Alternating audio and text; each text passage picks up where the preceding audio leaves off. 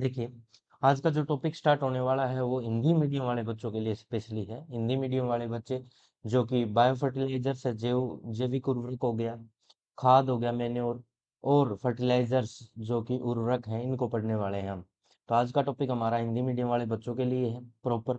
Hindi medium वालों के साथ इंग्लिश मीडियम वाले पढ़ने तो कोई दिक्कत ही नहीं, मैं इंग्लिश के वर्ड भी बोलता ही रहता हूँ बीच में। इंग्लिश हिंदी मीडियम वाले दोनों बच्चे इसको करें और इसमें बहुत सारे अनेक बढ़िया क्वेश्चन है। इंग्लिश मीडियम वाले से अच्छा टॉपिक बनाए हैं, इसमें बहुत सारे क्वेश्चन आए हैं, तो इनको देख लें भाई जरूर। ठीक है, तो स्टार्ट करते हैं आज का लेक्चर। जैविक उर्वरक मतलब बायो फर्टिलाइजर्स। देखो हम यहाँ पे खाद की भी बात करेंगे, उर्वरक की बात करेंगे और जैव उर्वरक सभी की बात करेंगे। उर्वरक सभी की बातें करने वाले, ऐसे नहीं कि सिर्फ जैव उर्वरक की ही बात होंगी, सभी की बातें होंगी धीरे धीरे एक एक करके। तो देखिए हम स्लाइड स्टार्ट कर रहे हैं, हमारी फर्स्ट स्लाइड आ रही है। सबसे पहले हम बात कर लेते हैं कि इसकी जैविक रूप में प्रयुक्त जैव पदार्थ जो खाद होती है ना, वो क्या होती है? सर खाद के बारे में बताओ थोड़ा सा। देखो, जैविक रूप में प्रयुक्त जैविक पदार्थ को जैविक खाद कहते हैं, मेन्यूर मेन्योर कहते हैं, जैविक खाद कहा जाता है। जैविक रूप में यूज हो, जैसे जिसमें माइक्रोब्स का यूज करके हम किसी भी न्यूट्रिएंट दें किसी प्लांट को, तो वो जैविक खाद कहलाती है। खाद वनस्पति जगत में पोषण, पोषण मतलब न्यूट्रिएंट्स और विकास इवोल्यूशन में काम आने वाला विघटन का, विघटन को खाद कहते हैं। ठीक है जी। विघटन का मतलब डिकम्पोज होकर जो बनती है उसको खाद कहा जाता है। अब खाद के कितने प्रकार होते हैं सर, वो भी बताओ। तो देखो, 4 प्रकार की खाद होती है भाई। 4 प्रकार की कौन कौन सी? देख लीजिए, इनमें सबसे पहले आती है किसकी? गोबर की खाद, जो एनिमल के डंग से, एनिमल मेन्योर से हमें मिलती है, उसको गोबर खाद कहते हैं। कंपोस्ट खाद जो गला सड़ाकर पे पत्ते, लीफ वगैरह वगैरह टहनियाँ सभी को गला सड़ा के जो बनाई जाती है वो कंपोस्ट खाद। हरी खाद क्या होती है? किसी भी खेत के अंदर कोई भी जो खरपतवार है या फिर जो क्रॉप है उसमें से अनाज को निकालने के बाद उसको खेत के अंदर ही उसको टिलीज कर दिया जाता है, उसको बिजाई में, बाद में उसी में बा दिया जाता है, उसी को कहते हैं हरी खाद, प्लांट मैन्योर। रासायनिक खाद क्या होती है? केमिकल, जैसे डीएपी, यूरिया वगैरह वगैरह, इसको कहते हैं भाई रासायनिक खाद। तो इस तरह से हमारे जो खाद के प्रकार है वो 4 हो गए। कौन कौन से बताओ? गोबर की खाद, कंपोस्ट खाद, हरी खाद और रासायनिक खाद। तो नेक्स्ट बात करते हैं उर्वरक। उर्वरक क्या होता है? उर्वरक क्या है, इसके बारे में भी चर्चाएं हो ही जानी चाहिए। उर्वरक, फर्टिलाइजर कृषि में उपज बढ़ाने के लिए प्रयुक्त रसायन, जो रसायन है, केमिकल्स हैं, जो कि किसी भी प्लांट की उर्वरक फर्टिलिटी पावर, उसकी जो उपजाऊ क्षमता है उसको बढ़ा दे, प्लांट की ग्रोथ को बढ़ा दे, मिट्टी की उपजाऊ क्षमता को इंक्रीज कर दे, इसलिए इसको इस्तेमाल में लिया जाता है। और पानी में घोलकर इसका छिड़काव किसी भी प्रयुक्त मिट्टी के अंदर किया जाता है, जिससे कि इसका जो अंदर जो केमिकल्स होते हैं, जैसे नाइट्रोजन, फास्फोरस, पोटेशियम वगैरह वगैरह, वो प्लांट में मिट्टी के, सॉइल के थ्रू, रूट के थ्रू ऑब्जॉर्व करके चले जाते हैं और प्लांट की ग्रोथ में हेल्प करते हैं। सबसे ज्यादा रासायनिक खादों का यूज हमारे इंडिया में कहाँ किया जा रहा है बताओ? पंजाब और आंध्र प्रदेश में किया जा रहा है। तो देखिए, उर्वरक फर्टिलाइजर कृषि में उपज बढ़ाने के लिए प्रयुक्त रसायन है, जो पेड़ पौधों की वृद्धि में सहायता के लिए इस्तेमाल किए जाते हैं। ठीक है सर। पानी में सिगर घुलने वाले रासायनिक मिट्टी में या पत्तियों पर छिड़काव करके उपयुक्त किए जाते हैं, प्रयोग किए जाते हैं। ये लंबे समय तक मिट्टी में बने रहते हैं। लंबे समय तक, देखो एक होती खाद, जो मेन्योर होती है वो तो लंबे समय तक बनी रहती है, जबकि जो ये उर्वरक होते हैं, रसायन होते हैं, केमिकल, ये लंबे समय तक नहीं बने रहते। ये बस अपना तुरंत इफेक्ट देके चले जाते हैं प्लांट को, फिर दोबारा इनको अप्लाई करना पड़ता है। ये लंबे समय तक मिट्टी में नहीं बने रहते हैं, नहीं बने रहते हैं। साधारणतः इन्हें रासायनिक, कृत्रिम या अकार्बनिक खाद कहा जाता है। अकार्बनिक की बात सोचे भाई। देखो, जो मेन्योर होती है, खाद होती है, जो गोबर की खाद वगैरह वगैरह होती है, वो होती है ऑर्गेनिक। पर ये जो उर्वरक होते हैं ना, ये इनऑर्गेनिक होते हैं, अकार्बनिक, इनऑर्गेनिक, इनऑर्गेनिक, ये याद रखें। इनऑर्गेनिक फर्टिलाइजर भी कहा जाता है इनको, अकार्बनिक खाद भी कहते हैं। भारत में सबसे ज्यादा इसका यूज होता है, पंजाब और आंध्र प्रदेश में इसका यूज किया जाता है। तो ये सबसे इंपॉर्टेंट बातें थी जो कि उर्वरक के बारे में थी। अब हम नेक्स्ट स्लाइड की तरफ बढ़ रहे हैं। नेक्स्ट स्लाइड में क्या दिया गया है, देखना भाई। उर्वरकों का वर्गीकरण, उर्वरकों को डिवाइड किया गया है, कैसे कैसे उनको डिवाइड करते हैं और कितने टाइप हैं, उसके बारे में चर्चाएं चल रही हैं। तो उर्वरकों का वर्गीकरण में देखना भाई, मार्कर चेंज करते हैं। उर्वरक का वर्गीकरण है, इसके अंदर प्राथमिक पोषक तत्वों के इस आधार पर, प्राथमिक पोषक तत्व जैसे नाइट्रोजन, फास्फोरस, पोटेशियम वगैरह वगैरह के आधार पे सबसे पहला जो टाइप बनाया गया वो स्ट्रेट या एकल आधार बनाया गया। एकल मतलब एक ही, जिसमें एक ही प्राइमरी पोषक तत्व मिले, जिसमें एक ही तत्व मिले, उसको क्या कहते हैं? प्राथमिक तत्व या प्राइमरी पोषक तत्व एक ही मिले उसको क्या कहते हैं, एकल। और यौगिक जिसमें दो या दो मिले, ज्यादा मिले, दो मिले, उसको जटिल या कॉम्प्लेक्स या यौगिक कहते हैं। और दो से भी ज्यादा, तीन तक मिले प्राथमिक पोषक तत्व तो उसको क्या कहते हैं, मिश्रित। तो देखें एकल, ए एकल उर्वरक में नत्रजन, नत्रजन मतलब नाइट्रोजन, नाइट्रोजन फॉस्फोरस पोटेशियम में से कोई एक पाया जाता है।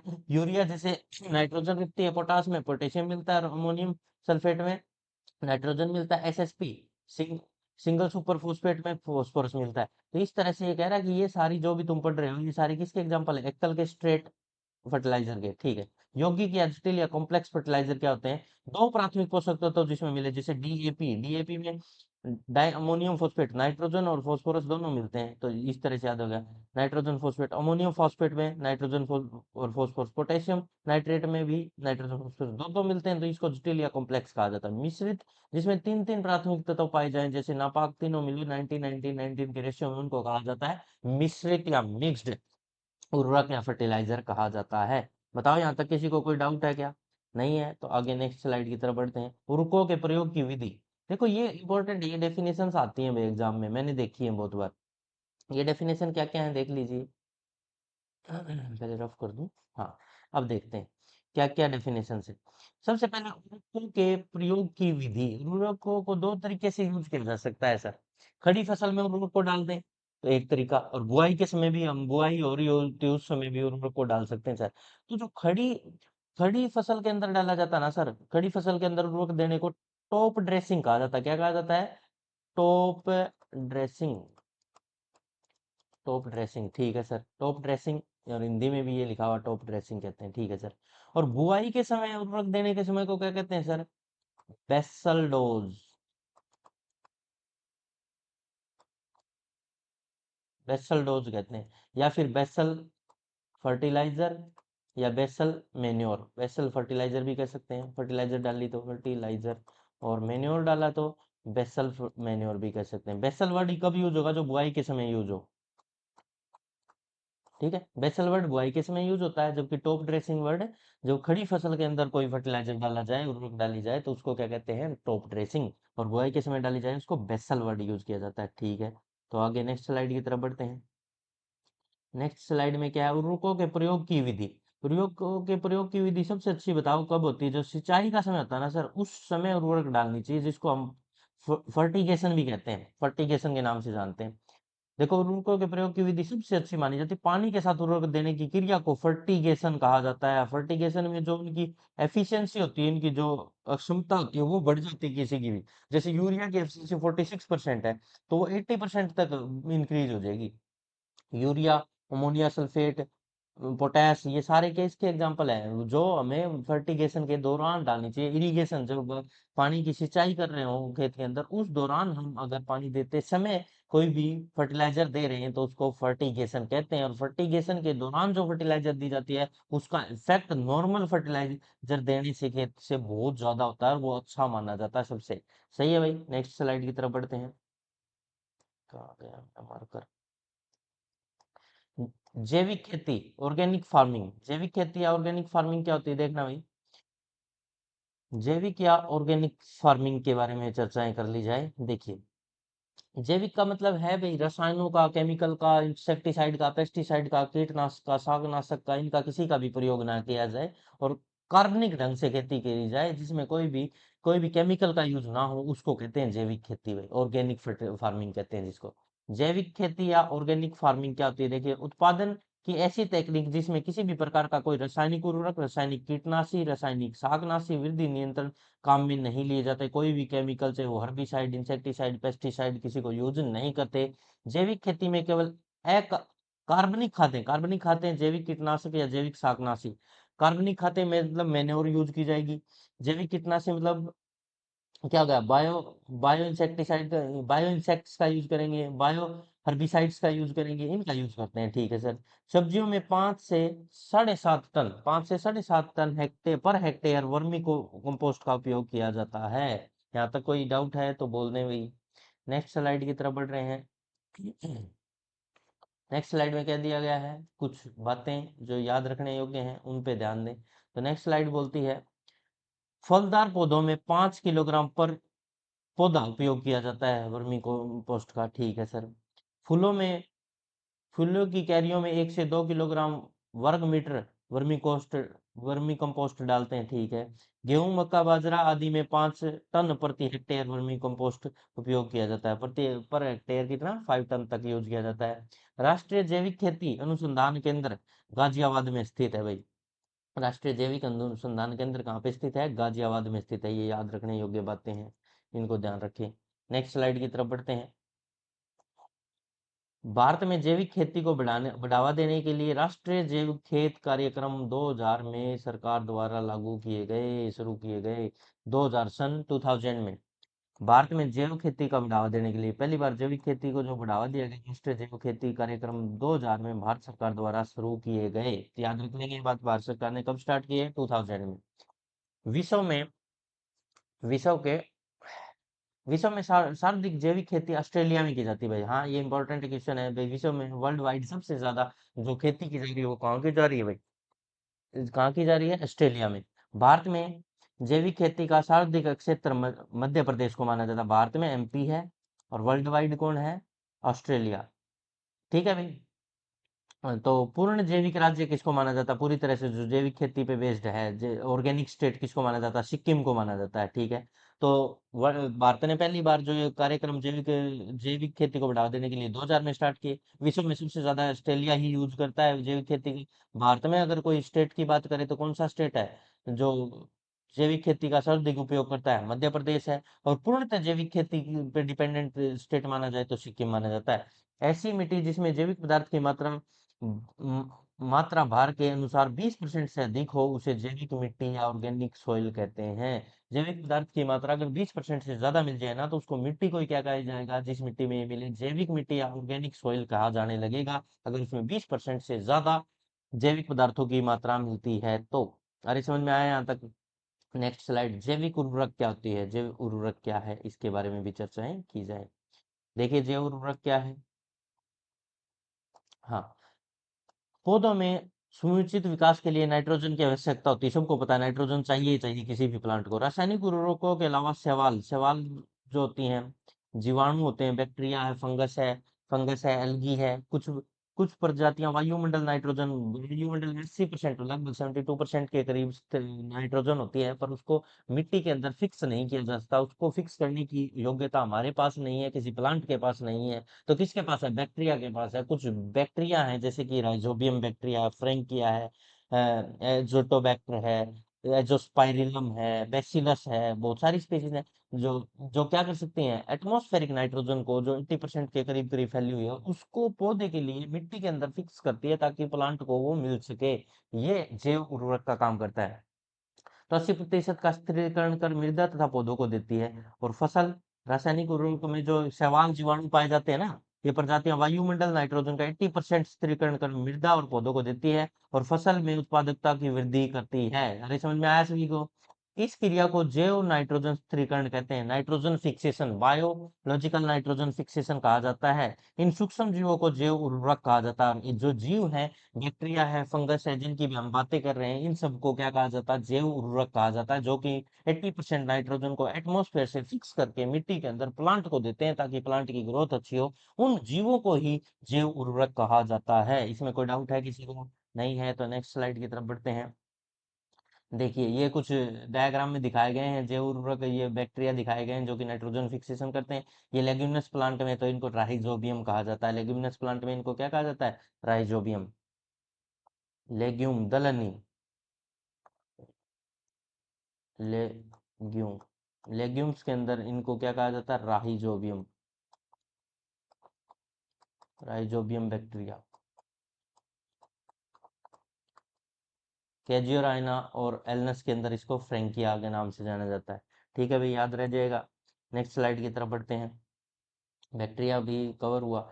मिट्टी में लगातार रसायनों के छिड़काव एवं रासायनिक उर्वरकों की बढ़ती मांग ने पर्यावरण को प्रदूषित कर दिया। यस बिल्कुल, केमिकल्स जितने भी डाले जाएंगे मिट्टी में तो वो तो सॉइल पोल्यूशन या हर प्रकार के पर्यावरण पोल्यूशन, वाटर जो हमारे एनवायरमेंट में पोल्यूशन फैलाने का काम करते हैं। मिट्टी की उर्वरक क्षमता, जो फर्टिलिटी पावर है मिट्टी की, सॉइल की, उसको भी कम कर देते हैं। विभिन्न प्रकार के मिट्टी जनित रोग बहुत सारे रोगों को भी इनवाइट कर देते हैं। इसी कारण हमें क्या है, प्रदूषण से बचने के लिए और बहुत सारे जो दुष्प्रभाव हैं इनके, जो साइड इफेक्ट्स हैं, उनसे बचने के लिए हमें किसका यूज करना पड़ता है, जैव उर्वरक का यूज करना पड़ता है। और जैव उर्वरक का आज तक किसी भी प्रकार का कोई भी साइड इफेक्ट या पोल्यूशन फैलाने की कोई भी दर आज तक नहीं मिली है, इसलिए सबसे बेस्ट माना जाता है जैव उर्वरक को। पढ़ते हैं। मिट्टी में लगातार रसायनों के छिड़काव एवं रासायनिक उर्वरकों की बढ़ती मांग ने पर्यावरण को प्रदूषित करने के साथ साथ मिट्टी की उर्वरक क्षमता को भी घटा दिया है। ठीक है, केमिकल्स की वजह से ही हुआ है, जो रासायनिक उर्वरक का यूज करते हैं उससे। जैव उर्वरक विभिन्न प्रकार से मिट्टी जनित रोगों के नियंत्रण में सहायता सिद्ध हुई है। जो मिट्टी में बहुत सारे के पेस्ट है, रोग हैं या डिजीज हैं, उनको भी कंट्रोल करते हैं जैव उर्वरक। ठीक है, इसके अतिरिक्त जैव उर्वरक किसी भी प्रकार का कोई प्रदूषण नहीं फैलाता है और इसका कोई दुष्परिणाम भी देखने को सामने नहीं आया है। नहीं समझ में आया, इसका कोई साइड इफेक्ट या कोई भी प्रकार का पोल्यूशन फैलाने का नहीं होता, इसलिए जैव उर्वरक सबसे बेस्ट मानी जाती है। जीवाणु खाद या जैव उर्वरक निम्न प्रकार के उपलब्ध हैं। जीवाणु खाद है या फिर जैव उर्वरक है, ये बहुत प्रकार की होती है। किस किस प्रकार की मार्केट में अवेलेबल है वो सुन लीजिए। राइजोबियम कल्चर हो गया। ठीक है सर, राइजोबियम कल्चर हो गया। राइजोबियम के बाद क्या हो गया, एजिटोबैक्टर कल्चर हो गया, एजोस्पाइरलम हो गया, नील हरित शैवाल, जिसको बीजीए ब्लू ग्रीन एल्गी के नाम से भी जाना जाता है, बीजीए ना कि वी बी आएगा यहाँ। ठीक है, फॉस्फेटिका कल्चर कहा जाता है, एजोला फर्न, माइकोराइजा या ट्राइकोवेक्टर, इन सब को क्या कहा जाता है रे? ये सारे माने जाते हैं क्या, टाइप, ट्राइकोड्रमा, ट्राइकोड्रमा। ठीक है, तो ये सारे हो गए। तो दोबारा सुन लें, जीव खाद या जैव उर्वरक के निम्न प्रकार हैं, कौन कौन से, rhizobium, azotobacter, azospirillum, BGA blue green algae, फास्फोटिका, एजोला फर्न, माइकोराइजा या ट्राइकोडर्मा, ये सारे क्या है, जैविक खाद के प्रकार हैं। इनको अगर धीरे धीरे इनको अब डिटेल में पढ़ते चलेंगे। समझ में आ रहा है भाई? यहाँ तक कोई डाउट है तो बोलें। नेक्स्ट स्लाइड की तरफ बढ़ते हैं। अलग अलग फसलों के लिए राइजोबियम जीवाणु खाद के अलग अलग पैकेट उपलब्ध होते हैं तथा निम्न फसलों में प्रयोग किए जाते हैं। देखो, अलग अलग फसलों के लिए अलग अलग प्रकार के पैकेट हैं। जैसे दलहनी फसलें, उनके लिए अलग मिलेगा, दलहनी फसलों के लिए अलग मिलेगा हमें। ठीक है सर, दलहनी फसलों के लिए कौन सा यूज करेंगे? देखो मैं नाम लिखता चलूंगा, इन पे ध्यान दें, ये इंपॉर्टेंट है। दलहनी फसलों के लिए राइजोबियम यूज किया जाएगा, राइजोबियम का पैकेट, राइजोबियम, राइजोबियम यूज होगा सर। तिलहनी फसलों के लिए कौन सा यूज करें सर? तिलहनी फसलें होते हैं, इनके लिए हम बीजीए वगैरह वगैरह यूज कर लेंगे। और बहुत सारी अन्य फसलें इनके लिए, जैसे एसिटोबैक्टर, एसिटोबैक्टर का यूज कर लो। ठीक है, एसिटोबैक्टर, और क्या हो गया, एसिटोबैक्टर के अलावा तुम याद कर लो, एजोस्पाइरिलम यूज कर लो, एजोस्पाइरिलम यूज कर लो, एजिटोबैक्टर यूज कर लो। और तिलहनी फसलों में कौन सा यूज होगा सर? तिलहनी फसलों के लिए तुम बीजीए वगैरह वगैरह उनमें से कोई भी यूज कर सकते हो। तो इस तरह से याद रख लो कि अलग अलग फसलों के लिए भी अलग अलग है, और इनके नाम भी तो याद करने हैं वे फसलों के। दलहनी फसलों में कौन कौन आता है? दलहनी में मूंग, उड़द, अरहर, चना, मटर, मसूर इत्यादि आ गए। तिलहनी में मूंगफली और सोयाबीन आते हैं सर। और अन्य फसलों में कोई भी बच गई जो इनके अलावा, वो सारी ज्वार, बाजरा, बाजरा, का गन्ना वगैरह वगैरह सभी क्या आती हैं, अन्य फसलों में आ जाती हैं। हरी समझ में आया यहाँ तक? नेक्स्ट स्लाइड की तरफ बढ़ते हैं। जीवाणु खाद के प्रकार, जीवाणु खाद के कौन कौन से प्रकार हैं, उन पे भी बातें कर ली जाए।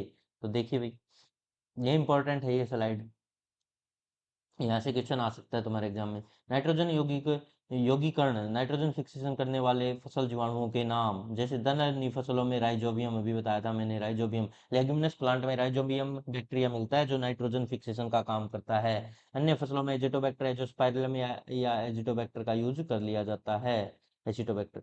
चावल या दान में क्या है? नील हरित शैवाल, मतलब बीजीए ब्लू ग्रीन एल्गी का यूज किया जाता है, बीजीए ब्लू ग्रीन एल्गी। और एनाबिना भी इसके अंदर पाया जाता है। ठीक है, नेक्स्ट स्लाइड की तरफ बढ़ते हैं। बायो फर्टिलाइजर्स, बायो फर्टिलाइजर कौन कौन से हैं, उन पे भी चर्चाएं कर ली जाएं। पहले इनको रफ कर दूं। देखो, बायो फर्टिलाइजर में क्या क्या है, अब उन्हीं पे चर्चाएं होंगी। बायो फर्टिलाइजर में, अरे बेटा, हाँ, फोस्फोरस घुलनशील के लिए एजोस एस्परजिलस हो गया, पेनिसिलियम हो गया, या सुडोमोनास या बेसिलस। बायो फर्टिलाइजर के कुछ जो फोस्फोरस में घुलनशील है उनकी बातें कर रहे हैं। फोस्फोरस को घुलने के लिए जो जो जिम्मेवार है उनके नाम याद रखें, फोस्फोरस। फिर पोटेस को डिजोल्व करने वाला अलग है, सल्फर के लिए अलग है, अलग अलग के लिए अलग अलग चीज के लिए फोस्फोरस वाले याद कर रहे हैं। अभी फिलहाल किसके लिए कर रहे हैं? फोस्फोरस के लिए। कौन कौन से चार एग्जाम्पल है? एस्परजिलस है सर, सुडोमोनास है, और फोर्थ बैसिलस है। एस्परजिलस, पेनिसिलियम, सुडोमोनास और बैसिलस फोस्फोरस घुलनशील को डिसॉल्व करने के लिए, घोलने के लिए जिम्मेवार है। नेक्स्ट नेक्स्ट स्लाइड की तरफ बढ़ते हैं, जिसमें हम बात करते हैं पोटास या लोहा घुलनशील। इसमें पोटास या लोहा घुलनशील में कौन कौन आते हैं? बेसिलस आ जाता है, एक तो एसिटोबैक्टर आता है। पहली बात तो पोटास, ठीक है सर, या लोहा Fe आयरन को डिजोल्व घुलनशील के लिए कौन कौन है? बेसिलस हो गया, फ्रेचुरिया हो गया, और एसिटोबैक्टर आदि आते हैं। एसिटोबैक्टर, फ्रेचुरिया और बेसिलस का यूज किस में किया जाता है? पोटास या आयरन को डिजोल्व करने वाले बैक्टीरिया के नाम। अब नेक्स्ट, जो कि बहुत ही इंपॉर्टेंट होने वाला है तुम्हारे लिए, सबसे इंपॉर्टेंट यहाँ से क्वेश्चन, मेरे को अब की बार जो हमारा एग्जाम है बीएससी एग्रीकल्चर, उसमें यहाँ से क्वेश्चन आने की संभावनाएं लगती है, क्यों पता नहीं, पर आएगा पक्का। सबसे पहले सहजीवी सिम्बायोटिक बैक्टीरिया, नत्रजीन वाले, मतलब सिम्बायोटिक बैक्टीरिया जो नाइट्रोजन फिक्सेशन करते हैं, उनके एग्जांपल विद जिस फसल के अंदर वो नाइट्रोजन फिक्सेशन करते हैं उसके साथ। तो देखिए स्टार्ट कर रहे हैं। तो स्टार्ट करने से पहले मैं इसको यहाँ पहुंचा देता हूँ, और अब स्टार्ट करते हैं। ये राइजोबियम मिलिलोटाई, राइजोबियम मिलिलोटाई, जो कि रिज का और मेथी के अंदर, रिज का और मेथी के अंदर मिलता है। रिज का क्या होता है भाई? ल्यूसिन जिसको बोलते हैं, और मेथी तुम जानते ही हो। रिज राइजोबियम मिलिलोटाई, राइजोबियम मिलिलोटाई रिज का और मेथी में मिलता है, याद हो जाएगा सभी को। राइजोबियम राइजोबियम जापोनिकम, जापोनिकम, राइजोबियम जापोनिकम है वो सोयाबीन के अंदर, दाल के अंदर मिलता है राइजोबियम जापोनिकम। और राइजोबियम ट्रिफ्लाई मिलता है बिरसम में, देखने को बिरसम के अंदर तो मिलता है ट्रिफ्लाई। और जापोनिकम राइजोबियम है वो सोयाबीन में। और जो मिलिलोटाई नाम का राइजोबियम है वो रिंज का और मेथी में देखने को मिलता है। और ये बहुत ज्यादा इंपॉर्टेंट स्लाइड है, इससे क्वेश्चन आने की 100% संभावनाएं हैं, तो इसको ध्यान से तैयार कर लें भाई सभी। नेक्स्ट स्लाइड की तरफ बढ़ते हैं। जो राइजोबियम है वो फसलों में नीचे देखो ऐसे दिखाई देता है रूट के अंदर, ठीक है। अब राइजोबियम कल्चर क्या है? राइजोबियम कल्चर पे भी कुछ बातें इंपॉर्टेंट है बहुत ज्यादा ये स्लाइड, इस पे भी बातें कर लेते हैं। देखो मैं थोड़ी सी बात डिटेल में तुम्हें समझाने की कोशिश करता हूँ क्या है। राइजोबियम जो बैक्टीरिया है ना, जैसे कोई भी दाल का पेड़ उखाड़ लो, चना मटर, मटर या कोई मूंग उड़द, कोई भी यार, कोई भी दाल उखाड़ोगे तो उसको जैसे उखाड़ोगे ना, तो उसके नीचे जो गांठें मिलेंगी, कुछ क्या मिलेंगी? छोटी छोटी छोटी छोटी गांठें मिलेंगी, और उन गांठ के अंदर एक बैक्टीरिया रहता है जिसका नाम है राइजोबियम नाम का बैक्टीरिया। और वो जो एटमॉस्फेरिक नाइट्रोजन है उसको मिट्टी के अंदर बैठ के उस प्लांट के लिए क्या करता है? नाइट्रोजन फिक्सेशन का काम करता है, और वो खाद के रूप में हमारे प्लांट की ग्रोथ को बढ़ाने में जिम्मेवार है। और इसी को हम राइजोबियम कल्चर कहते हैं, उस बैक्टीरिया के द्वारा जो किया जाता है इसी को राइजोबियम कल्चर कहते हैं। ठीक है, तो अब इसी को पढ़ लेते हैं, क्या लिखा हुआ है इसमें देख लीजिए। सभी दलहनी, दलहनी मतलब लेग्यूमिनस फसलों में की जड़ों में छोटी छोटी गांठें उपलब्ध होती हैं, इन्हें राइजोबियम जीवाणु रहते हैं, ठीक है। ये जीवाणु हवा में नाइट्रोजन को लेकर पौधों में खाद के रूप में प्रदान करते हैं, पौधों को देते हैं। राइजोबियम कल्चर एक जीवाणु खाद है जिसमें हवा से नाइट्रोजन लेने वाले जीवाणु काफी संख्या में रहते हैं। इसे दलहन की उपज में वृद्धि के लिए बीज बीज को उपचारित करने में प्रयोग किया जाता है, बीज को उपचारित करने के लिए इसका यूज कर लिया जाता है। राइजोबियम जो ये अब तुम्हें ये दिखा रखा है, ये पैकेट क्या है सर? इस पैकेट में राइजोबियम के स्पोर मिलेंगे, और जैसे ही इसके स्पोर को वाटर में मिला के अगर मिट्टी में डाल दिया जाएगा तो वो स्पोर पूरी मिट्टी में फैल जाएंगे, और जो भी दालों की फसल होगी उनके रूट में चले जाएंगे, और धीरे धीरे बड़े होकर बैक्टीरिया बन जाएंगे, और क्या करने लगेंगे? नाइट्रोजन फिक्सेशन का काम करते हैं। आजकल मार्केट में ये स्पोर्स भी अवेलेबल है, जिनको हमें अपनी फसल में यूज करना चाहिए, ताकि हमारी पैदावार, जो हमारी यील्ड है किसी भी खेत की, उसको बढ़ाया जा सके। अरे समझ में आ रहा है भी सभी को? बढ़ते हैं नेक्स्ट स्लाइड की तरफ। तो देखिए एजिटोबैक्टर, अब एक एक के बारे में स्टार्ट हो गया, कौन सी फसल में कौन सा काम आता है, और ये बहुत ज्यादा इंपॉर्टेंट चल रहा है आपका लेक्चर भाई। एसिटोबैक्टर है दलहन को छोड़कर बाकी सभी फसलों में, अनाज तिलहन, देखो एसिटोबैक्टर का यूज तिलहन में आदि में ऐसे जीवी जीवाणु है। ऐसे जीवी मतलब सिम्बायोटिक नहीं है, ये फ्री लिविंग है। सिम्बायोटिक सहजीवी मतलब सिम्बायोट, एक साथ रहने वाला। ऐसे जीवी मतलब फ्री लिविंग, अकेला रहने वाला एसिटोबैक्टर है। और ये दालों को छोड़ के सभी में नाइट्रोजन फिक्सेशन करने का काम करता है, दालों को छोड़ के लगभग सभी फसलों में ये नाइट्रोजन फिक्सेशन करके देता है। अब देखिए नेक्स्ट दिया गया है क्या?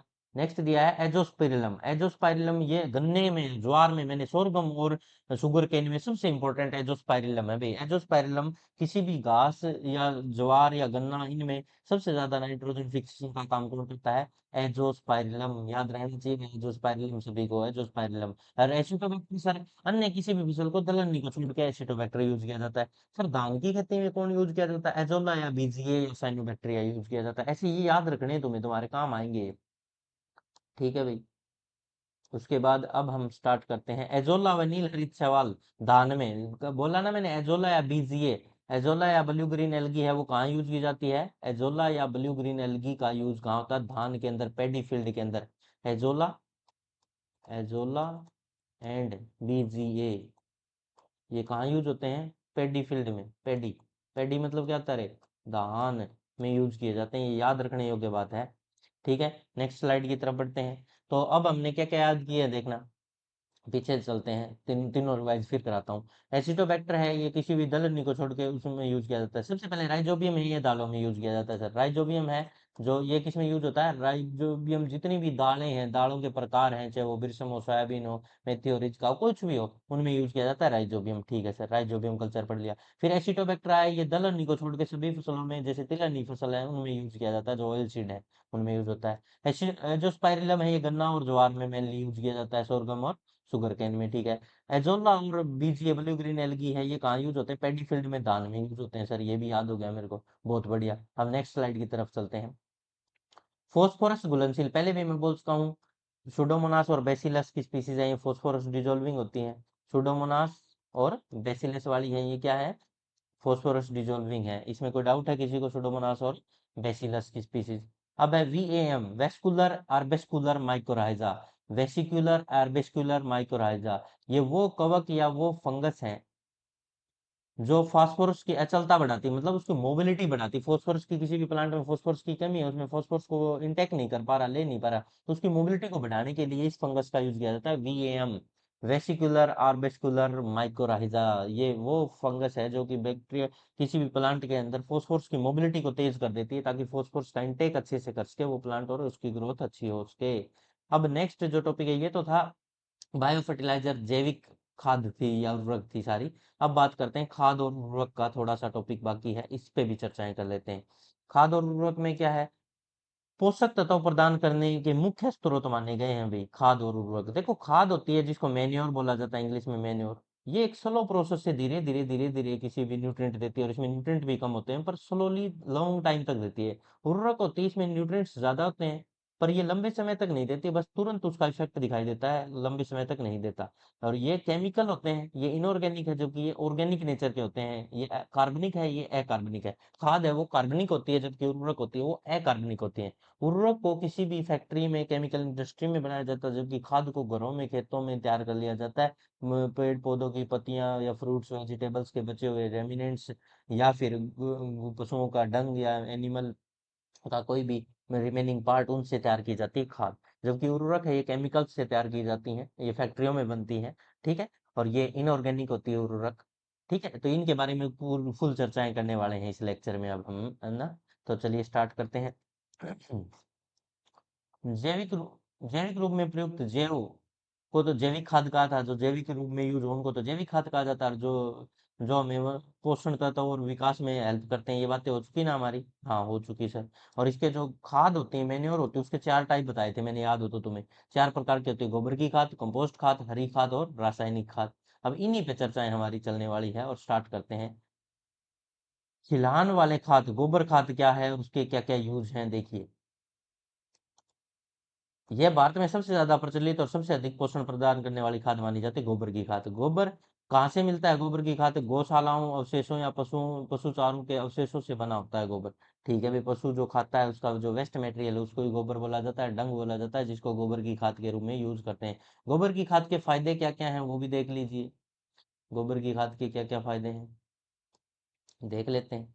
सबसे पहले तो ये क्या करते हैं, मिट्टी की जुताई और तथा रक्षता को बढ़ाती है। मिट्टी में जो जोड़े रखती है, मिट्टी में जीवों को बनाए रखती है, मिट्टी में नमी प्रोवाइड करती है, हुमस प्रोवाइड करती है, जिससे कि उसमें जो न्यूट्रिएंट्स है वो रिच रहते हैं और ताकि प्लांट की ग्रोथ अच्छे से हो पाती है। और ये कार्बनिक पदार्थ होता है, किसी प्रकार का कोई केमिकल नहीं है, कोई पोल्यूशन नहीं फैलाती। तो ये चारों तरफ से जो भी फसल होती है उसको फायदे ही फायदे दे रही होती है। और उसकी जो फर्टिलिटी पावर है उसको इंक्रीज करती है, उसमें नमी बनाए रखती है, उसमें हुमस बनाती है, माइक्रो ऑर्गेनिज्म को नहीं मारती किसी प्रकार से, माइक्रो ऑर्गेनिज्म को जैसे अर्थवर्म वगैरह वगैरह उनको बढ़ावा देती है, जिससे कि हमारे फसल के अंदर हुमस बनता है, हुमस से न्यूट्रिएंट रिच हो जाती है और वो प्लांट की ग्रोथ में हेल्प करता है। ये मिट्टी की जुताई और रखता को बढ़ाता है, ठीक है। ये मिट्टी की नमी बनाए रखने की क्षमता को बढ़ाता है, ठीक है। ये वाटर होल्डिंग कैपेसिटी भी बढ़ाता है। ये मिट्टी के सूक्ष्म जीवों की क्रियाशील करता है। जो सूक्ष्म जीव होते हैं उनको क्रियाशील, उनको रिएक्टिव एक्टिव कर देता है, जिससे फसलों के पोषक तत्वों का निर्माण होता है। इस खाद की एक विशेषता यह है कि यह कार्बनिक है, ऑर्गेनिक है, की आपूर्ति करता है, जो बाद में हुमस में बदल जाती है और हुमस की वजह से हमारी जो फसलें होती हैं उनको बहुत ज्यादा बेनिफिट मिलता है। अरे समझ में आया। कंपोस्ट खाद क्या होती है सर? कंपोस्ट खाद के बारे में पढ़ लो भाई। कंपोस्ट खाद, कंपोस्ट खाद जो जो पत्तियां हैं, कोई भी पशुओं का वेस्ट है, या कोई भी पत्तियां, फसलों के अवशेष या घास फूस, लकड़ी, कचरा वगैरह वगैरह, मल मूत्र सभी को मिला के जो गला सड़ा के मिट्टी के अंदर बनाया जाता है उसको कंपोस्ट खाद कहा जाता है। ये एक तरह के ऑर्गेनिक या कार्बनिक तत्व ही मिलते हैं, और ये भी मिट्टी में नमी को बनाए रखती है, उमस बनाती है, ताकि जो न्यूट्रिएंट रिच हो सॉइल और प्लांट की ग्रोथ अच्छे से हो सके। ठीक है, अभी पढ़ते हैं इसके बारे में। खेतों में कार्बनिक तत्वों को बढ़ाना एक बढ़ाने का एक उपाय है, जो खलिहानों के कूड़े कचरे, जंतुओं के मल मूत्र से बना कंपोस्ट खाद कहलाता है, मिट्टी में मिलाया जाता है। कंपोस्ट खाद भूसों, खरपतवारों, पत्तियों, फसलों, अवशेषों, घास फूस, कचरे, लकड़ी के कचरे, लकड़ी की राख, मल मूत्र, गौशाला में मिट्टी से बनाया जाता है। ठीक है। इस कंपोस्ट खाद में अच्छी मात्रा में कार्बनिक तथा ऑर्गेनिक ऑर्गेनिक जो मिनरल्स हैं वो मिलते हैं। ठीक है भाई। आगे बढ़ते हैं। वनस्पति खाद, हरी खाद क्या होती है, इसके बारे में कुछ चर्चाएं। वनस्पति खाद या हरी खाद पे चर्चाएं देख लीजिए। वनस्पति खाद या हरी खाद की भी बातें कर लेते हैं। ठीक है भाई। इसे खेत में ही तैयार पकने वाली ऐसी फसलों को लगाया जाता है जो खेत की उर्वरक क्षमता को बढ़ाती हैं। जैसे मैं बताऊं तुम्हें, ऐसी फसल जो कि खड़ी हुई है और हमारी खेत में न्यूट्रिएंट रिच कर रही है, हमारे खेत में फायदा दे रही है। जैसे हमने कोई भी दलहनी, दलहनी मतलब लेग्यूमिनस प्लांट उगा दिया, कोई भी मूंग उड़द चना या कुछ भी उगा दिया, जिससे क्या होता है, उनकी जड़ों में राइजोबियम बैक्टीरिया आके रहेंगी और वो गांठें बनेंगी छोटी छोटी, उनमें राइजोबियम बैक्टीरिया नाइट्रोजन फिक्सेशन करेंगे, नाइट्रोजन रिच सॉइल बना देंगे। क्या कर देंगे? नाइट्रोजन रिच बना देंगे। और उसकी जो नाइट्रोजन प्लांट को हर एक को चाहिए चाहिए है, तो नाइट्रोजन फिक्सेशन का काम करके उन्होंने नाइट्रोजन का स्थानांतरण करके क्या कर दिया, वहां पे मिट्टी की जो न्यूट्रिएंट कैपेसिटी है उसको बढ़ा दिया, फर्टिलिटी पावर को बढ़ा दिया। अब उस मिट्टी में नेक्स्ट ईयर भी अगर कोई भी फसल उगाओगे तो वो बहुत अच्छी होगी। वो एक तरह का खाद का काम कर रही है, रित करा खाद कहते हैं इसको। ठीक है भाई, देखते हैं। इसमें खेत में जल्दी पकने वाली ऐसी फसलों को लगाया जाता है जो खेत में उर्वरकता बढ़ाती है। ये वनस्पति खाद मिट्टी को कार्बनिक तत्वों के साथ साथ नाइट्रोजन भी देती है। वनस्पति खाद वाली फसलें मिट्टी को अपर्दन और कटाव से भी बचाती हैं। हाँ, उसका जो सॉइल इरोजन होता है उससे भी बचाती है। हमारे देश में इन गुणों वाली फसलों में से इस प्रकार की हैं, जैसे सनई, सनहेम्प कहते हैं, ढेंचा, लोबिया, मसूर दाल आदि, इनको उगाया जाता है ताकि ये न्यूट्रिएंट कैपेसिटी और नाइट्रोजन की जो मात्रा है सॉइल के अंदर इंक्रीज कर दें और बहुत सारे न्यूट्रिएंट्स को बढ़ावा दें, जिससे कि नेक्स्ट आने वाली फसल को भी फायदा मिले। अरे यहाँ तक कोई डाउट है? अब नया टॉपिक है उर्वरक। अब टॉपिक क्या स्टार्ट हो रहा है? उर्वरक स्टार्ट हो रहा है सर। उर्वरक क्या होते हैं? देखो, मैं उर्वरक के बारे में सारी बातें यहाँ दिखाई भी ना दे रहा हो तो भी मैं तुम्हें सारी बातें बता देता हूँ उर्वरक क्या है। उर्वरक कुछ केमिकल्स हैं, जैसे डीएपी, यूरिया, डायमोनियम फॉस्फेट वगैरह वगैरह, अमोनियम नाइट्रेट वगैरह वगैरह, जो भी तुम पढ़ते हो, ये सारे वो केमिकल हैं जो कि किसी भी केमिकल इंडस्ट्री फैक्ट्री में तैयार किए जाते हैं। और ये ऐसे केमिकल्स होते हैं जिनके अंदर तुरंत इफेक्ट देने की पावर होती है, अपनी एफिशिएंसी तुरंत दिखाते हैं। जैसे ही फसल में डाला जाता है फॉस्फोरस, नाइट्रोजन या कुछ भी, तो वो उसको इफेक्ट देते हैं, परंतु वो नेक्स्ट ईयर तक उनका कोई प्रभाव नहीं रहता। उनका इफेक्ट तभी तक रहता है जब उसको डाला जाता है, और कुछ ही मंथ के अंदर उसका इफेक्ट गायब हो जाता है और उस फसल को वो अपना इफेक्ट देके चले जाते हैं। पर इनका एक लॉसेज भी है। ये पहली बात तो इनऑर्गेनिक होते हैं, ऑर्गेनिक नहीं होते, अकार्बनिक होते हैं। इनका छिड़काव मिट्टी में भी किया जाता है या पानी में मिला के भी प्लांट की पत्तियों आदि पे कर दिया जाता है। ये कृत्रिम होते हैं, रासायनिक होते हैं, अकार्बनिक होते हैं, इनमें किसी प्रकार का कोई कार्बनिक तत्व नहीं मिलता।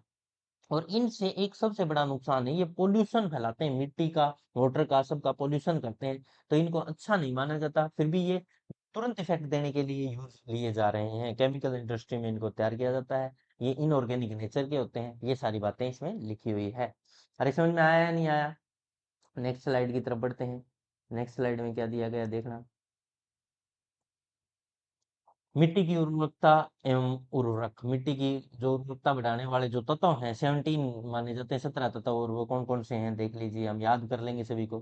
Carbon, hydrogen, oxygen, nitrogen, phosphorus, sulphur, potassium, calcium, manganese, लोहा, मैग्नीशियम, मैग्नीज, जिंक, तांबा, मोलिब्डेनम, बोरॉन, निकेल और क्लोरीन। ये 17 तत्व हैं जो कि किसी भी मिट्टी के लिए जिम्मे जरूरी हैं, और प्लांट के लिए न्यूट्रिएंट, माइक्रो न्यूट्रिएंट या मैक्रो न्यूट्रिएंट की तरह यूज किए जाते हैं। इनमें अब आगे इनको मैक्रो माइक्रो न्यूट्रिएंट्स में डिवाइड किया जाएगा, प्राइमरी सेकेंडरी टर्शियरी में डिवाइड किया जाएगा, वो भी हम पढ़ाएंगे तुम्हें न्यूट्रिएंट्स।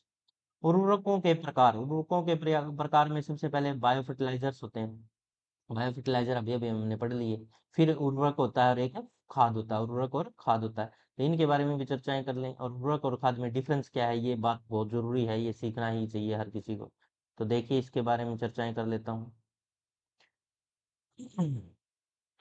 मार्क कर देते हैं एक बढ़िया सा। देखिए, उर्वरक होते हैं केमिकल, प्राकृतिक नहीं होते। ये क्या होते हैं, कृत्रिम या प्राकृतिक पदार्थ हो सकता है, प्राकृतिक नहीं, ये कृत्रिम होते हैं, केमिकल होते हैं, जबकि ये प्राकृतिक होती है खाद। ठीक है सर। ऐसे रसायन जो मिट्टी की उर्वरकता और उत्पादन के लिए जोड़े जाते हैं, हाँ ये भी मृत और गले सड़े पौधे जानवरों के द्वारा तैयार किए जाते हैं, जबकि ये उर्वरकता को बढ़ाने के लिए केमिकल है। केमिकल को कारखानों में, फैक्ट्रियों में तैयार किया जाएगा, इनको खेतों में ही तैयार कर लिया जाएगा। ये हुमस प्रदान नहीं करते, जबकि खाद है वो हुमस प्रदान करती है, मैन्योर। ठीक है, पोषक तत्वों से भरपूर होती है, इसमें कमी तो होती है, कम होती है। पौधे द्वारा जल्दी अवशोषित कर लिए जाते हैं, धीरे धीरे धीरे धीरे लंबे समय तक अवशोषित किए जाते हैं। ये जो केमिकल होते हैं ये महंगे होते हैं, जबकि ये तो खेतों में तैयार होता है, ये सस्ता होता है। ये मृदा सूक्ष्म जीवों के लिए नुकसानदायक है। ये किसी प्रकार का कोई नुकसान नहीं पहुंचाते, ये फायदा ही फायदा देते हैं उनको, जीव में ये हुमस बना के देते हैं, खाद न्यूट्रिएंट को रिच बनाते हैं, धीरे धीरे अपना इफेक्ट दिखाते हैं। कम पोषक तत्व होते हैं, फिर भी अपना इफेक्ट लंबे समय तक दिखाते हैं। ये पोल्यूशन फ्री होते हैं, खाद होती है ये क्या होती है, पोल्यूशन फ्री, जबकि उर्वरक है ये पोल्यूशन काज करती है। इसलिए उर्वरक से और खाद में से बेस्ट जिसको माना जाए तो खाद को माना जाता है। ठीक है भाई, जो किसान है उनको खाद का प्रॉपर यूज करना चाहिए, पर आज के टाइम केमिकल का यूज ज्यादा हो रहा है। अरे समझ में आया? तो इस तरह से हमारा ये टॉपिक होता है कंप्लीट। और अब हम जो नेक्स्ट स्लाइड जो ले रहे हैं वो है भूपृष्ठकरण। ये खाद उर्वरक और फर्टिलाइजर का जो भी खेल था हमारा, ये फर्टिलाइजर्स का, मेन्योर का और बायो फर्टिलाइजर्स का, ये कंप्लीट होता है। अब थोड़ा सा टॉपिक आ गया भूपृष्ठकरण, जिसको टीलेज के नाम से जाना जाता है। भूपृष्ठकरण क्या होता है, जो मिट्टी को पहले निराई और गुड़ाई की जाती है, खेत में बीज को बोने से पहले उसको मिट्टी को उखाड़ा जाता है, जिसको प्लॉगिंग या टीलेज कहते हैं, भूपृष्ठकरण कहा जाता है। इस प्रोसेस को टीलेज या भूपृष्ठकरण कहते हैं। मिट्टी को उखाड़ के उसको नरम बनाना, भुरभुरा बनाना, ताकि उसमें किसी भी बीज को आसानी से बोया जा सके, उस प्रोसेस को टीलेज कहते हैं। अरे समझ में आ गया? अब ये टीलेज भी प्राथमिक और द्वितीय, दो प्रकार के टीलेज होते हैं। भूपृष्ठकरण प्राथमिक भी होता है और द्वितीय भी होता है, उन पे सारी चर्चाएं करते हैं। फिर इनमें कौन कौन से यंत्रों को यूज किया जाता है, प्राथमिक में किस यंत्र को यूज करेंगे, द्वितीय में किस यंत्र को यूज करेंगे, उस पर भी चर्चाएं करते हैं। तो देखिए जो हमारी स्लाइड है आगे बढ़ रही है। भूपृष्ठकरण या टीलेज में पहले आ गया भूपृष्ठकरण होता क्या है, इसके बारे में चर्चाएं। भूपृष्ठकरण, भूपृष्ठकरण मृदा, देखो मैं तुम्हें बताता हूँ, अभी मैंने बताया मिट्टी को उखाड़ के उलट पलट के उसको उपजाऊ क्षमता के लिए तैयार करना, ताकि नेक्स्ट बीज को सोन किया जा सके, उगाया जा सके, और ताकि वो वृद्धि अच्छे से कर सके, उसी को भूपृष्ठकरण कहते हैं। तो इसमें लिखा है भूपृष्ठकरण में, भूपृष्ठकरण मृदा में की जाने वाली समस्त क्रियाएं हैं, जिसमें मृदा को जल शोषण क्षमता, एक तो वाटर होल्डिंग कैपेसिटी, जल धारण क्षमता, वाटर एब्जॉर्बिंग कैपेसिटी और वाटर होल्डिंग कैपेसिटी, और मृदा का भूरभरापन, मृदा जो है वो लूज हो जाती है, और उसकी उर्वरकता भी बढ़ जाती है, उसकी फर्टिलिटी पावर इंक्रीज हो जाती है, पौधे की वृद्धि अच्छी हो एवं फसल उगने के बाद भी अवस्था को बनाए रखा जा सके, उसे भूपरिष्करण कहा जाता है। अरे समझ में आया क्या सभी को, क्या बोल रहा है ये? भूपरिष्करण मृदा में की जाने वाली समस्त क्रियाएं हैं, जिनमें मृदा में absorption capacity, water holding capacity और मृदा में भुरभुरापन और उर्वरकता बढ़ जाती है, जिससे कि पौधे की वृद्धि अच्छी हो एवं फसल उगने के बाद भी अवस्थाओं को बनाया जा सके, उसको भूपरिष्करण कहा जाता है। मिट्टी के अंदर निराई गुड़ाई कहा जाता है। अरे समझ में आया या नहीं आया यहाँ तक? आया। तो नेक्स्ट स्लाइड, उद्देश्य, इसके भू पृष्ठकरण करने के उद्देश्य क्या है, लक्ष्य क्या है, एम क्या है, उस पे चर्चाएं की जाए। मृदा में वायु का संचार, एयर को आसानी से एंट्री करा सके, खरपतवारों को नष्ट किया जा सके, वीड को हटाया जा सके, मृदा में जैव पदार्थों को मिलाना ताकि उसमें बायो फर्टिलिटी पावर बढ़े, मृदा में कीट एवं रोगों को कम करना, हाँ बिल्कुल, जो इंसेक्ट है या डिजीज है उनको खत्म करना, जल शोषण एवं जल धारण को बढ़ाए रखना, absorption and water holding capacity को इंक्रीज करना, मृदा कटाव को रोकना, हाँ मृदा कटाव मतलब सॉइल इरोजन को रोकना भी इनका एक उद्देश्य है। बीज अंकुरित हेतु मृदा को तैयार करना, बीज जो सीड बेड कहा जाता है, बीज को अंकुरित करने के लिए उसको तैयार किया जाता है। और भू पृष्ठकरण शब्द जेथरो टूल 1731 में दिया था, जेथरो टूल ये याद रखें, 1731 में पहली बार टिलेज वर्ड भू पृष्ठकरण इन्होंने दिया था, जेथरो टूल याद रह जाएगा भाई। नेक्स्ट स्लाइड की तरफ बढ़ते हैं। अब आगे भू पृष्ठकरण के प्रकार, भू पृष्ठकरण के कौन कौन से प्रकार हैं उन पे चर्चाएं होने वाली है। भू पृष्ठकरण के प्रकार है प्राइमरी, सेकेंडरी, इन पे चर्चाएं होंगी। प्राइमरी मतलब प्राथमिक भू पृष्ठकरण, और सेकेंडरी मतलब द्वितीय भू पृष्ठकरण। देखिए भाई, प्राथमिक भू पृष्ठकरण में क्या क्या दिया गया है। प्राथमिक में कहता है बीज बोने से पहले जितनी क्रियाएं संपन्न होती है ना उसको प्राथमिक कहा जाता है, जैसे जुताई करना, हल चलाना, खाद मिलाना, उर्वरक मिलाना वगैरह, ये सारे क्या कहलाते हैं, प्राथमिक भू पृष्ठकरण। और जो प्राथमिक भूपृष्ठकरण होने के बाद जो सेकेंडरी, जो द्वितीय किया जाए, दोबारा किया जाए, खड़ी फसल के अंदर जो भूपृष्ठकरण या टिलेज किया जाता है उसको द्वितीय कहा जाता है, खड़ी फसल के अंदर।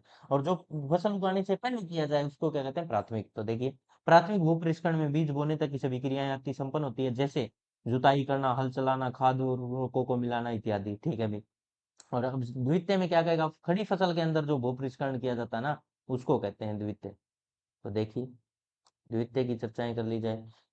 द्वितीय में क्या बोल रहा है, प्राथमिक भूपरिष्करण के बाद खड़ी फसल में क्रियाएं को करना क्या कहलाता है, द्वितीय भूपरिष्करण कहलाता है। जैसे मिट्टी की पपड़ी को तोड़ना, हैरो चलाना, निराई गुड़ाई करना, फसलों में मिट्टी चढ़ाना, कल्टीवेटर चलाना इत्यादि सभी किसमें आते हैं भाई, सेकेंडरी या द्वितीय भूपरिष्करण में आते हैं। टीलेज या भूपरिष्करण के यंत्र, इनमें कौन कौन से यंत्रों को यूज किया जाता है उस पर चर्चाएं। जैसे सबसे पहले बात करते हैं प्राथमिक भूपरिष्करण के यंत्र। प्राथमिक भूपरिष्करण में कौन कौन से यंत्रों का यूज होगा उन पे पहले चर्चाएं करेंगे, और फिर सेकेंडरी या द्वितीय भूपृष्ठकरण के।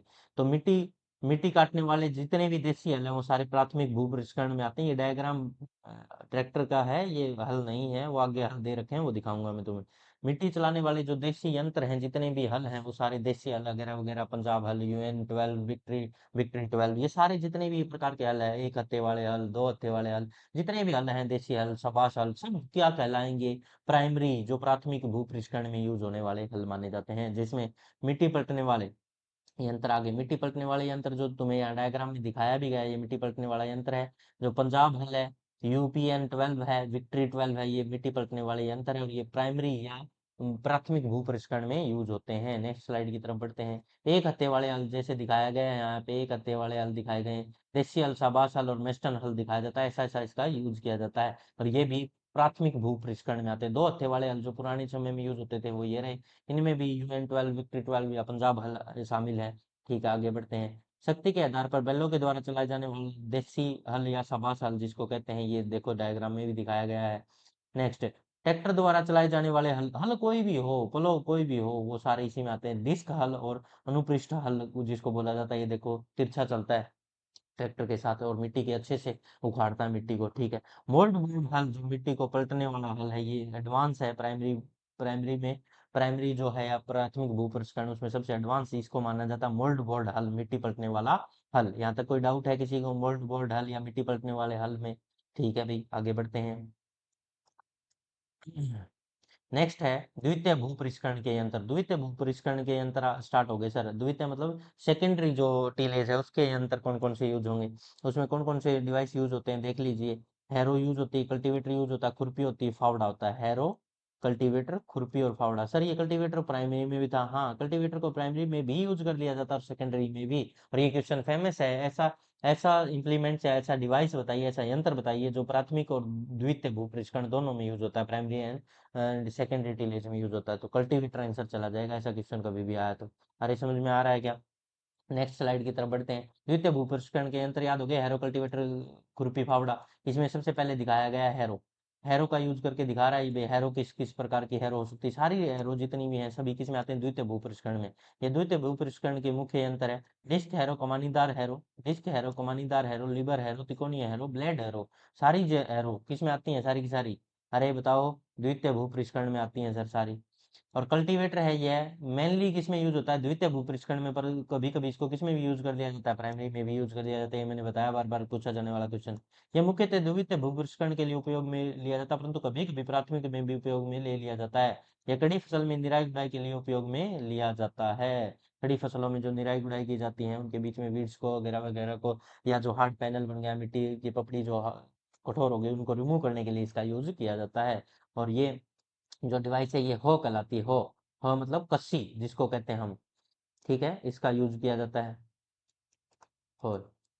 ये एक सिंपल सा यंत्र होता है जिसको फसलों, खड़ी फसलों के अंदर जो घास फूस है उनको हटाने के लिए, या किसी भी छोटे एक प्लांट के आसपास की मिट्टी को लूज करने के लिए, उसको भुरभुरा बनाने के लिए भी इस यंत्र का यूज कर लिया जाता है। और ये बहुत ही आसानी से एक सिंपल बंदा बिना लेबर के इसको यूज कर सकता है, आसानी से उनमें निराई गुड़ाई करके घास फूस को निकाल सकता है। अरे समझ में आया या नहीं आया? नेक्स्ट स्लाइड की तरफ बढ़ते हैं। अब कुछ इंपॉर्टेंट पॉइंट्स ये तो थे इम्प्लीमेंट्स जो यूज हुए हैं प्राइमरी और सेकेंडरी टीलेज में, मतलब प्राथमिक और द्वितीय भूपरिष्करण में यूज होने वाले यंत्र हमने पढ़ लिए हैं। उसके बाद कुछ इंपॉर्टेंट पॉइंट्स हैं जो हमें कवर करने चाहिए, जो हमारी एग्जाम के लिए इम्पोर्टेंट है। देखिए क्या क्या है वो इम्पोर्टेंट पॉइंट्स, उन पे भी चर्चाएं कर लेते हैं। राजस्थान में यूरिया निर्माण का कारखाना कहाँ स्थित है भाई? कोटा में। राजस्थान के में यूरिया निर्माण का खाता कोटा में स्थित है। राजस्थान में डीएपी निर्माण का कारखाना कहाँ स्थित है? कपासन चित्तौड़गढ़ में, चित्तौड़गढ़ में स्थित है, ठीक है सर। और राजस्थान के चंबल उर्वरक व केमिकल का मुख्यालय कोटाला कहाँ, मुख्यालय कहाँ है? कोटा में। जो चंबल, जो राजस्थान में चंबल एरिया है वहाँ कोटा चंबल में ही पड़ता है। उर्वरक व केमिकल का जो मुख्यालय है वो कहाँ है? कोटा में स्थित है। राजस्थान में डीएपी का कारखाना कपासन चित्तौड़गढ़ में है। यूरिया का कारखाना कोटा में के, राजस्थान के कोटा में है। तो सर पोटेशियम का क्यों नहीं है? पोटेशियम का नहीं दिया सर, यूरिया मतलब नाइट्रोजन का भी दे दिया सर, डीएपी मतलब फास्फोरस का भी दे दिया सर, कुछ केमिकल्स के भी दे दिए, पर पोटेशियम के बारे में जिक्र नहीं करता। क्यों नहीं करता? क्योंकि पोटेशियम हमारे इंडिया में होती ही नहीं है, पोटेशियम मिलता ही नहीं है, तो इसका कारखाना कहाँ से लगाएं? इसको क्या करना पड़ता है? बाहर से इम्पोर्ट करना पड़ता है। क्या करना पड़ता है? इम्पोर्ट। इसीलिए पोटेशियम से जो रिलेटेड जो इतने भी हमें जो उर्वरक मिलेंगे, फर्टिलाइजर्स मिलेंगे, वो महंगे होंगे सबसे। और इनकी एफिशिएंसी भी सबसे अच्छी मानी जाती है, नाइट्रोजन फोस्फोरस वाले से ज्यादा एफिशिएंसी देते हैं किसी भी फसल के अंदर। ठीक है भाई, यहाँ तक चर्चाएं समझ में आई सभी को? नेक्स्ट स्लाइड की तरफ बढ़ते हैं। मुख्य बिंदुओं में कुछ और बातें। तो ये क्या दिया गया है? देखो यहाँ दिया गया true potato seed. True potato seed है, ये ढंग से नहीं दिखाई दे रहा हो तो ये ट्रू है भाई, true potato seed, TPS, true potato seed. जो ट्रम है ट्रू पोटैटो सीड के बारे में पहली बार रामानुजन ने बताया। तो जो ट्रम लाने वाले, पहली बार ये शब्द लाने वाले जो बंदे थे वो कौन थे? Ramanujan. TPS true potato seed के बारे में जो जानकारी देने वाले बंदे हैं वो कौन है? रामानुजन। और एक होता है बीज रहित सीड, मतलब जो आइज होती है ना, पोटैटो होता है कोई भी, हाँ सर एक पोटैटो है, उसमें अलग अलग जगह आइज हैं, उन तीन आइज है, मान लो तीनों को अलग अलग कट करके बोओगे तो वो तीनों उग जाएंगे बिना बीज के ही, उन आइज से, जिनको ट्यूबर बोला जाता है। आइज को क्या बोला जाता है? ट्यूबर। ट्यूबर कल्चर, ये एक तरह की वेजिटेटिव प्रोपगेशन है, वानस्पतिक उर्वर्धन जिसको कहते हैं। ठीक है। आलू में बीज रहित उत्पादन के लिए सीड प्लांट टेक्निक का विकास करने वाले कौन थे? पुष्कर थे। तो इसके जो पुष्कर ने तो सीडलेस पोटैटो उगाने वाली जो ट्रम बताई, ट्यूबर से या इनके पार्ट से उगाया जा सकता है। और जो पोटैटो सीड एक टेक्निक है अलग से, जिसको बहुत डिटेल में बहुत ज्यादा पढ़ाया जा सकता है, जिसको एक या दो लेक्चर, दो दो तीन तीन घंटे के दिए जा सकते हैं, ट्रू पोटैटो सीड। और इस टेक्निक को जो लाए थे वो कौन थे? रामानुजन थे। अरे समझ में आया? तो इस तरह से ये लेक्चर हमारा होता है खत्म। हमने पूरी चर्चाएं जितनी भी इस लेक्चर में होनी चाहिए थी वो सारी कर ली हैं। और अब हम नेक्स्ट लेक्चर में मिलेंगे, वो भी आएगा और बेस्ट ही होगा। तुम्हें बस पढ़ाई करते रहना है एग्जाम से पहले, किसी प्रकार की घबराहट मन में नहीं लानी है। और मैं एक बात और बता देता हूँ तुम्हें, हाँ, तो जो हमारा टेलीग्राम है, टेलीग्राम पे जाओ, और टेलीग्राम का नाम भी अर्थ रिवेंज ही है, अर्थ रिवेंज। वहां से जितने भी नोट्स मैं डाल रहा हूँ, हर एक चैप्टर के नोट्स आ रहे हैं तुम्हारे लिए एग्रीकल्चर के, उनको वहां से डाउनलोड कर लें, और लिखने के चक्कर में ना पड़े, क्योंकि टाइम तुम्हारे पास बहुत कम है। अगर तुम्हारे पास पूरा साल होता तो मैं तुम्हें खुद कहता लिखो लिखो लिखो, और ना ही मैं तुम्हें ये नोट्स देता पीडीएफ नोट्स नहीं देता टेलीग्राम पे। अब मेरे को मजबूरी है, देना पड़ रहा है टेलीग्राम पे नोट्स, और तुम इनको बस लिखने की बजाय इनको दो दो तीन तीन बार रिवाइज करो। अगर किसी का मन कर रहा है तो पीडीएफ नोट्स को वहाँ फोटोकॉपी करवा के ले आओ, उनको पढ़ते रहो। तो बैठे सोते उठते पढ़ते रहो भाई, इतना ही टाइम बचा है हमारे पास, बहुत ज्यादा पढ़ाई करनी पड़ेगी जब जाके तुम्हारा सिलेबस कंप्लीट होगा, ठीक है। तो टेलीग्राम से डाउनलोड करें और पढ़ते रहें। मिलते हैं नेक्स्ट लेक्चर में। ऑल द वेरी बेस्ट, पढ़ते रहें, खुश रहें।